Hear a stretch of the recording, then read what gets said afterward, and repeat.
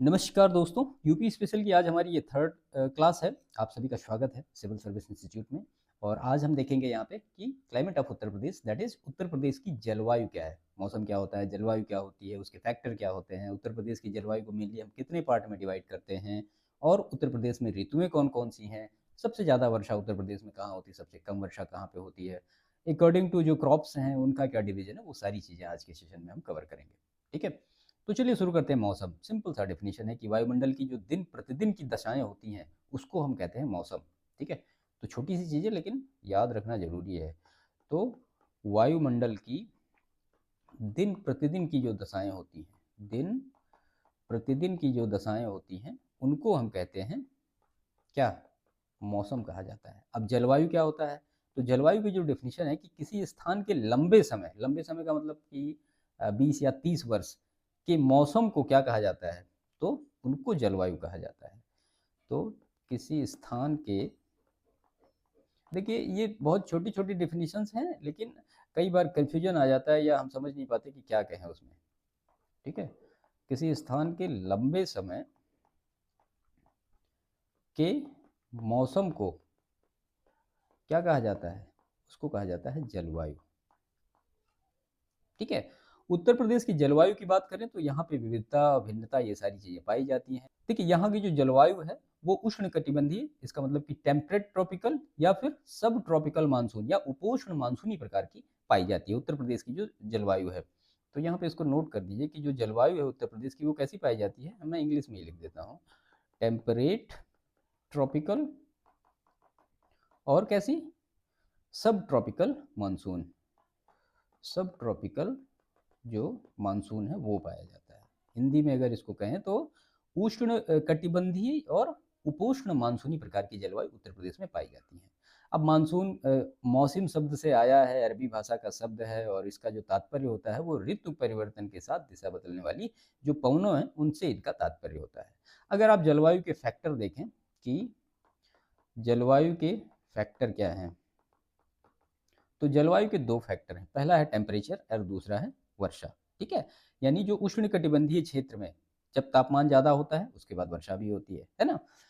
इसके बाद हम देखते हैं उत्तर प्रदेश की जलवायु। उत्तर प्रदेश की जलवायु को मेनली हम टू पार्ट में डिवाइड करते हैं। पहला है आर्द्र एवं उष्ण प्रदेश, मतलब जो ह्यूमिड एंड हॉट एरिया है। अब यहाँ पे क्या होता है, वर्षा की अगर बात करेंगे तो लगभग 100 से लेकर 180 सेंटीमीटर तक वर्षा होती है। इसमें जो मेनली क्षेत्र आता है वो जो तराई क्षेत्र है और पूर्वी उत्तर प्रदेश का क्षेत्र आता है। तो तराई और पूर्वी उत्तर प्रदेश का क्षेत्र आता है। ठीक है, तराई क्षेत्र में जो वर्षा है वो अधिक होती है, लगभग 120 से लेकर 150 सेंटीमीटर तक की वर्षा तराई क्षेत्र में होती है। और इसमें जिले कौन कौन से आते हैं, तो जिलों को हम यहीं पे नोट कर देते हैं, या मैं आपको बता देता हूँ। बिजनौर है, मुरादाबाद है, रामपुर है, बरेली है, पीलीभीत है, गोंडा, बस्ती, लखीमपुर, ये सारे क्षेत्र कैसे आते हैं, तो ये तराई क्षेत्र में आते हैं। और जो पूर्वी उत्तर प्रदेश की वर्षा है वहाँ पे होता है 100 से लेके 120 सेंटीमीटर तक की वर्षा। और इसमें जो क्षेत्र आता है वो मतलब शाहजहांपुर, सीतापुर, आजमगढ़, बलिया, ये सारे आते हैं। और वर्षा की मात्रा जो है वो पूरब से पश्चिम जाने पर घटने लगती है, ये प्रश्न पूछा गया है। तो वर्षा की जो मात्रा है वो पूर्व से पश्चिम जाने पर क्या होती है, घटती है। सीधा सीधा प्रश्न पूछा गया है ये। ठीक है, अब ऐसे ही अगर आप दूसरा देखिए, उपाद्र एवं उष्ण प्रदेश या साधारण आर्द्र और उष्ण प्रदेश। ठीक है, तो इसमें जो वर्षा होती है वो होती है 80 से लेकर 100 सेंटीमीटर तक की। इसमें मेनली जो एरिया आता है वो पश्चिमी उत्तर प्रदेश का पूरा क्षेत्र आता है। और जो मध्यवर्ती मैदान का क्षेत्र है या गंगा जो यमुना का दोआब या मैदान है वो आता है। इसी में आपका बुंदेलखंड का पठार भी आता है। बुंदेलखंड, बघेलखंड, ये सारी चीज़ें हमने लास्ट सेशन में करी हैं। बुंदेलखंड का पठार भी इसी में आता है। और वर्षा की मात्रा में बहुत ज़्यादा विषमता भी होती है, विषमता बहुत ज़्यादा है वर्षा के उसमें। ठीक है, चलिए इसके बाद देखते हैं उत्तर प्रदेश में ऋतुएं। अब उत्तर प्रदेश में ऋतुएं कितनी होती हैं, तो उत्तर प्रदेश में जो ऋतुएं हैं वो तापमान और वर्षा के आधार पर कितने टाइप की हैं, वो 3 टाइप की हैं, ग्रीष्म है, वर्षा है और शीत है। ठीक है, यानी अगर समर सीजन कहें तो समर सीजन का जो टाइम पीरियड होता है सिंपल है, आप सभी जानते हैं, मार्च से लेकर के कब तक का, जून तक का होता है। और जून में लगभग उत्तर प्रदेश का जो टेम्परेचर होता है वो सबसे ज़्यादा होता है, क्योंकि उत्तर प्रदेश जो है वो कर्क रेखा के निकट है। और मई जून के महीने में जो तीव्र हवाएं चलती हैं उनको कहते हैं लू, लू भी चलती है। ठीक है, अगर आप यहाँ पे औसत तापमान देखें, औसत तापमान तो 36 डिग्री सेंटीग्रेड से लेकर के 39 डिग्री सेंटीग्रेड तक। और यहाँ पे अगर न्यूनतम आप तापमान देखें कि न्यूनतम तापमान कितना रहेगा, तो वो 21 डिग्री सेंटीग्रेड से लेकर 23 डिग्री सेंटीग्रेड तक। और अगर तापांतर निकालें आप कि तापांतर कितना आएगा, तो तापांतर 14 डिग्री सेंटीग्रेड आएगा। अब अगर आप देखें कि सबसे गर्म जिले कौन, तो अब मैं आपको बता देता हूँ, आगरा है, झांसी, बुंदेलखंड के पठार वाला पूरा एरिया है। ठीक है, और जो सबसे कम गर्मी वाला क्षेत्र है वो कौन सा है, तो यहाँ पे इसको नोट कर लीजिए। सबसे ज़्यादा जो गर्म है वो कौन सा होगा, वो होगा आगरा और झांसी। और सबसे कम जो गर्म क्षेत्र होगा वो कौन सा होगा, वो है बरेली। ठीक है, और अगर बांदा में कहें आपकी, बांदा जिले का तापमान जो है वो गर्मी में लगभग 40 से 47 तक का भी पहुंच जाता है। इसके बाद जो दूसरा हमारा सीजन है वो है रेनी सीजन, दैट इज वर्षा ऋतु जिसको हम कहते हैं। जून के अंतिम सप्ताह से लेकर के अक्टूबर तक का ये पूरा टाइम पीरियड चलता है। और उत्तर प्रदेश में सर्वाधिक वर्षा किससे होती है, तो वो दक्षिण पश्चिम मानसून से जो बंगाल की खाड़ी वाली शाखा होती है उससे होती है। और सबसे ज़्यादा वर्षा होती है जुलाई और अगस्त महीने में। तो जुलाई और अगस्त में सबसे ज़्यादा वर्षा होती है। अगर आप देखें कि सर्वाधिक वर्षा वाला जिला, ये प्रश्न पूछा गया है, तो वो आपको मिलेगा गोरखपुर। और सबसे कम वर्षा वाला सबसे, तो वो कौन सा होगा, वो होगा मथुरा। ठीक है, यहाँ पे लगभग 184 सेंटीमीटर के आसपास वर्षा होती है।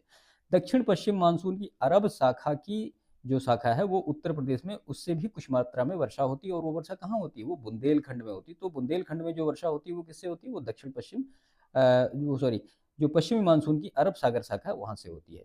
और उत्तर प्रदेश में दक्षिण पश्चिम की बंगाल की खाड़ी से चलने वाली जो हवाएं होती हैं उनसे सबसे ज़्यादा वर्षा होती है। उत्तर प्रदेश का जो सर्वाधिक नम भूमि वाला जिला है, यहाँ पे नोट करिए इसको, सर्वाधिक वेटलैंड यानी नम भूमि वाला क्षेत्र कौन सा है, कौन सा जिला है, तो वो है सोनभद्र। ठीक है, इसके बाद आता है विंटर सीजन यानी शीत ऋतु।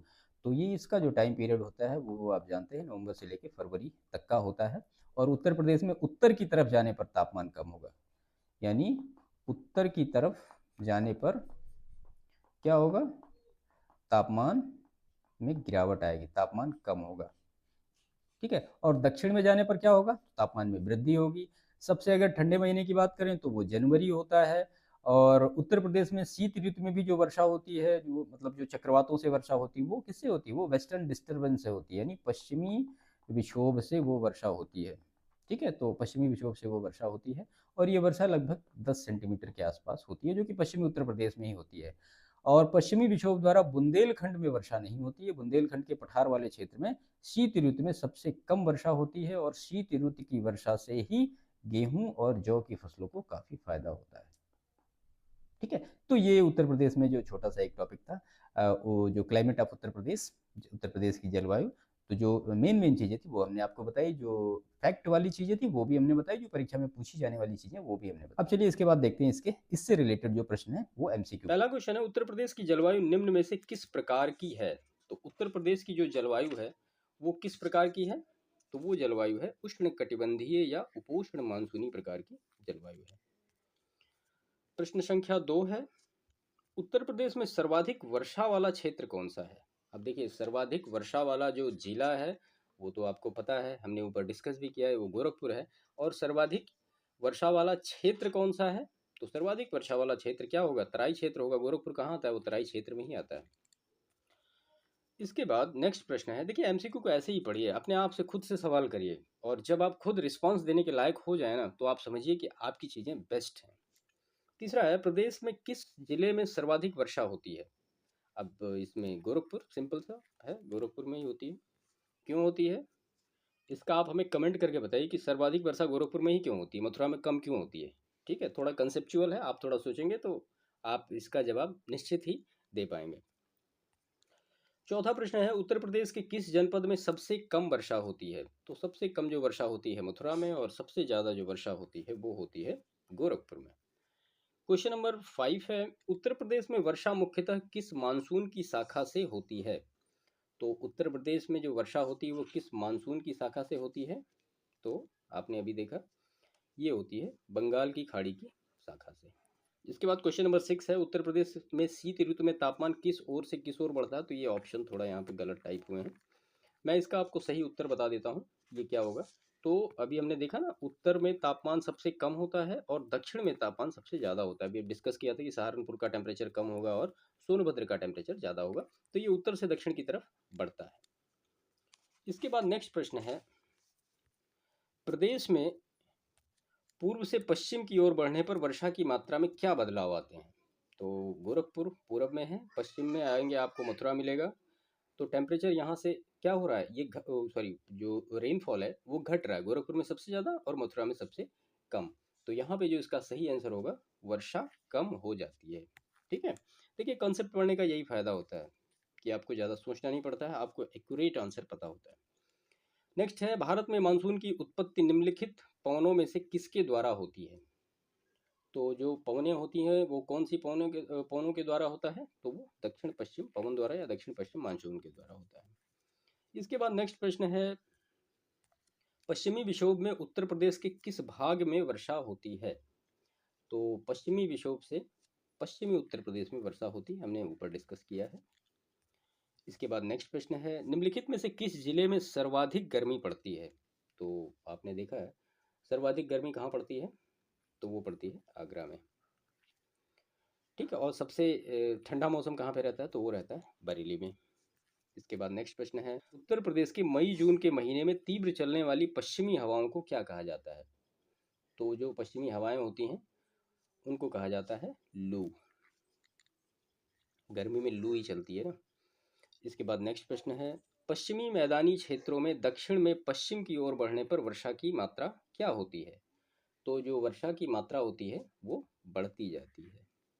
ठीक है, इसके बाद नेक्स्ट प्रश्न है इसका, उत्तर प्रदेश किस भूभाग में, उत्तर प्रदेश के किस, सॉरी टाइपिंग मिस्टेक है थोड़ी, कि किस भूभाग में सर्वाधिक वर्षा होती है? तो जाहिर सी बात है तराई क्षेत्र में सबसे ज़्यादा वर्षा होती है।